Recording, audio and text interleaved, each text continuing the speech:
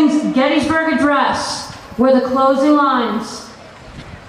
It is rather for us to be here dedicated to the great task remaining before us, that from these honored dead we take increased devotion to that cause for which they gave the last full measure of devotion, that we here highly resolve that these dead shall not have died in vain, that this nation under God shall have a new birth of freedom, and that government of the people, by the people, for the people, shall not perish from the earth.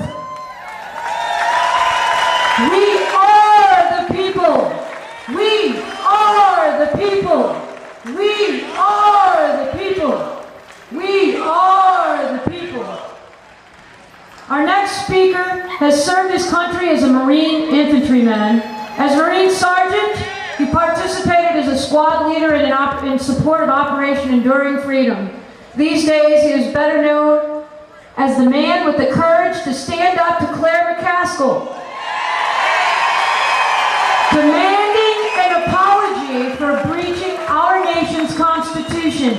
Since then, he's traveled all over, appearing on local and national radio and TV shows, speaking at events such as this one. Since finishing his tour of duty, he has become an ardent student and advocate of the U.S. Constitution.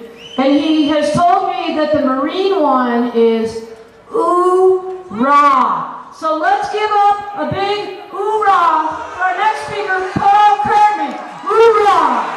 Ooh-rah! Ooh-rah!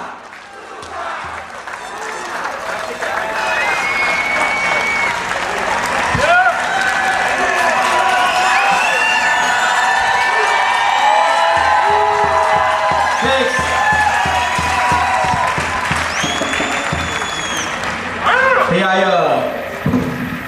dropped my teleprompter back there and the wind blew it through the dirt.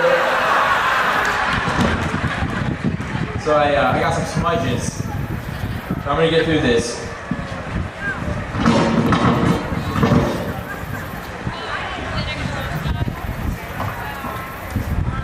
Alright.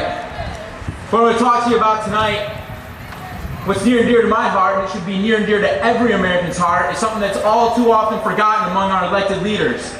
And it's what's made me start speaking out a lot more, and it's what's made me pretty mad. And I'm sure that a lot of people here, you're here right now, because for the last several years, you've been getting pretty mad.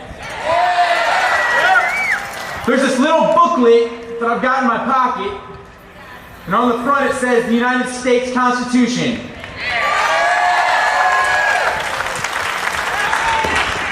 First of all, I want to thank Joe Brazil for putting this together. I know he put a lot of work into this.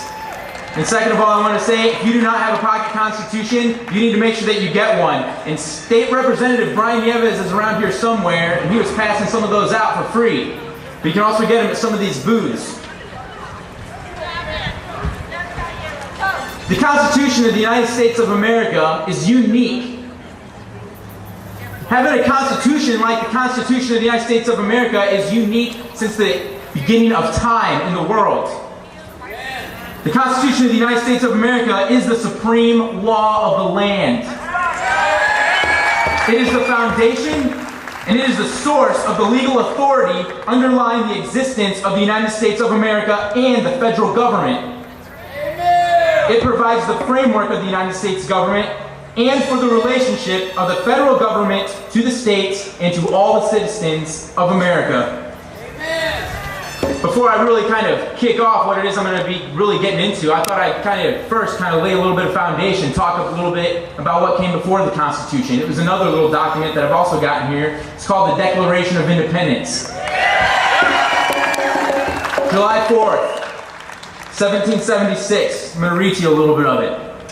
When in the course of human events it becomes necessary for one people to dissolve the political bonds which have connected them with another, and to assume among the powers of the earth the separate and equal station to which the laws of nature and of nature's God entitle them, a decent respect to the opinions of mankind require that they should declare the causes which impel them to the separation. Contrary to the popular belief, we didn't fight a revolutionary war because we were just trying to overthrow just any old government. The The colonies were rebelling against a centralized government known as the British monarchy, King George III. And that central government had been infringing on the inalienable rights of the citizens of the colonies for decades. The central government of England had begun to infringe upon these inherent, unalienable rights of the people of the colonies. And a thorough list of their grievances can also be found in the Declaration of Independence. So what's an inalienable right? An inalienable right is every man, woman, and child on the planet has inalienable rights. They are inherent and they are given only by God Almighty.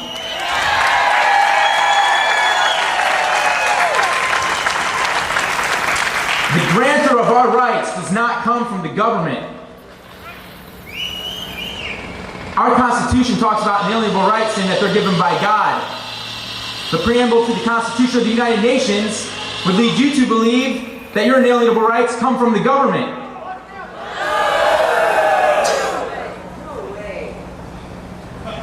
That's right, no way. They come from God. And you know something? Our Constitution is there to guarantee those rights to us. Our Constitution does not grant those rights to us. It is a contract between the government and the people to secure those rights, to guarantee them to us. And man's legislation cannot override the benevolence of God. Man cannot legislate away our inalienable rights. But mankind can try. And King George III tried. Which leads me into the second part of the Declaration of Independence. We hold these truths to be self-evident, that all men are created equal, that they are endowed by their Creator with certain inalienable rights, that among these are life, liberty, and the pursuit of happiness. They didn't list them all. He said among these are life, liberty, and the pursuit of happiness. That to secure these rights, governments are instituted among men, deriving their just powers from the consent of the governed. That whenever any form of government becomes destructive to these ends, it is the right of the people to alter or to abolish it, and to institute new government.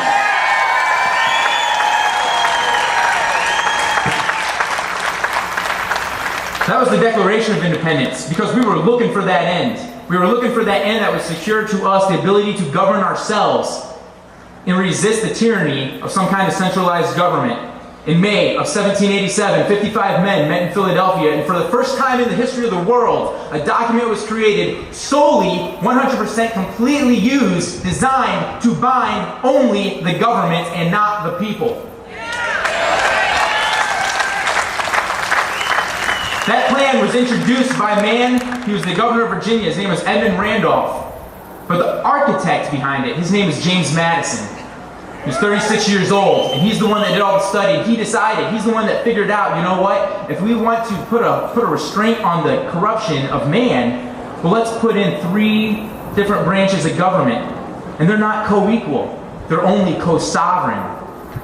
They're not 3 co-equal branches, because the most powerful branch in the United States government is the legislative branch, because they are the direct representation of the United States of the people of the United States of America. And they come around for election way more often. That way the power can remain with the people. The whole Constitution is saturated with the idea of self-government. Not from the top down either. And here's the proof. Article 1, Section 3. United States senators originally were not elected. They were appointed. In other words, they could be hired and fired, and their whole responsibility was to represent the sovereignty of the states to the federal government. Article 1, Section 8, the enumerated powers.